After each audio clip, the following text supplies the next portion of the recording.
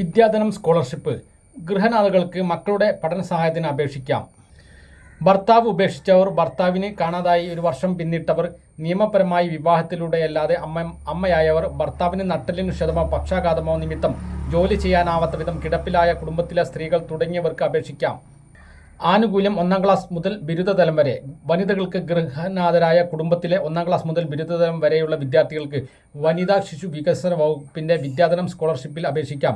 www.scemes.wod.kerala.government.in എന്ന web പോർട്ടലിൽ ഓൺലൈനായിട്ടാണ് അപേക്ഷിക്കേണ്ടത്.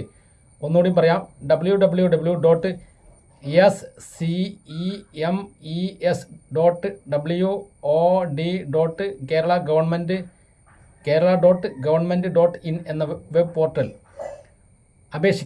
December 15 വരെയാണ് അപേക്ഷിക്കേണ്ടത്. 2024 ഡിസംബർ 15 വരെ. 1 മുതൽ 5 വരെ ക്ലാസുകൾക്ക് വർഷം 3000 രൂപയാണ് സ്കോളർഷിപ്പ്. 6 മുതൽ 10 വരെ 5000 രൂപയും ഹയർ സെക്കൻഡറിയിൽ 7500 രൂപയും ബിരുദ തലത്തിൽ 10000 രൂപയും ലഭിക്കും. BPL കുടുംബവും മക്കൾ സംസ്ഥാനത്തെ സർക്കാർ എയ്ഡഡ് വിദ്യാലയത്തിൽ പഠിക്കുന്നവരുമാകണം. APL ആണെങ്കിൽ അർഹതപ്പെട്ട വിഭാഗമാണെന്ന് തെളിയിക്കുന്ന രേഖകൾ വേണം. കേന്ദ്ര സംസ്ഥാന സർക്കാരുകളുടെ സ്കോളർഷിപ്പ് ലഭിക്കാത്ത വിദ്യാർത്ഥികളെ മാത്രമേ പരിഗണിക്കുകയുള്ളൂ. കുടുംബത്തിൽ പരമാവധി 2 കുട്ടികൾക്ക് അപേക്ഷിക്കാം.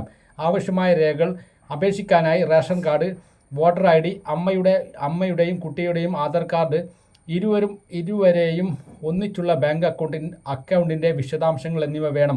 ഭർത്താവ് ഉപേക്ഷിച്ച് പോയവരും ഭർത്താവിനെ കാണാതായി 1 വർഷം പിന്നിട്ടവരും വില്ലേജ് ഓഫീസറുടെ സർട്ടിഫിക്കറ്റ് ഹാജരാക്കണം. വിവാഹബന്ധം വേർപ്പെടുത്തിയവർക്ക് കോടതി ഉത്തരവിൻ്റെ പകർപ്പും, ഭർത്താവിന് നട്ടെല്ലിന് ക്ഷതമോ പക്ഷാഘാതമോ നിമിത്തം ജോലി ചെയ്യാൻ കഴിയാത്ത സാഹചര്യമുള്ളവർക്ക് ഡോക്ടറുടെ സർട്ടിഫിക്കറ്റും, നിയമപരമായി വിവാഹിതരല്ലാത്ത അമ്മമാർക്ക് ICDS സൂപ്പർവൈസറുടെ സാക്ഷ്യപത്രവും ആവശ്യമാണ്. എല്ലാ അപേക്ഷകർക്കും പുനർവിവാഹിതരല്ല എന്ന് വില്ലേജ് ഓഫീസറുടെ സർട്ടിഫിക്കറ്റും വേണം. അപ്പോൾ ഇത് പരമാവധി ആളുകളിലേക്ക് പ്രയോജനപ്പെടുത്തുക. ഇത് നമ്മുടെ ഗൃഹനാഥകൾക്ക് വളരെയധികം പ്രയോജനപ്പെടും. ഇത് അവരുടെ കുട്ടികളുടെ വിദ്യയ്ക്ക് വേണ്ടി, അവരുടെ സ്കൂൾ ചിലവിന് വേണ്ടി വലിയൊരു മുതൽക്കൂട്ടാകും. അതുകൊണ്ട് ഇത് പരമാവധി പ്രയോജനപ്പെടുത്തുക. നമ്മുടെ ഗവൺമെൻറ്റിൻ്റെ ഒരു പദ്ധതിയാണ്. അതും നമ്മുടെ വനിതാ ശിശു വികസന വകുപ്പിൻ്റെ കീഴിൽ വരുന്നൊരു പദ്ധതിയാണ്. Okay, thank you.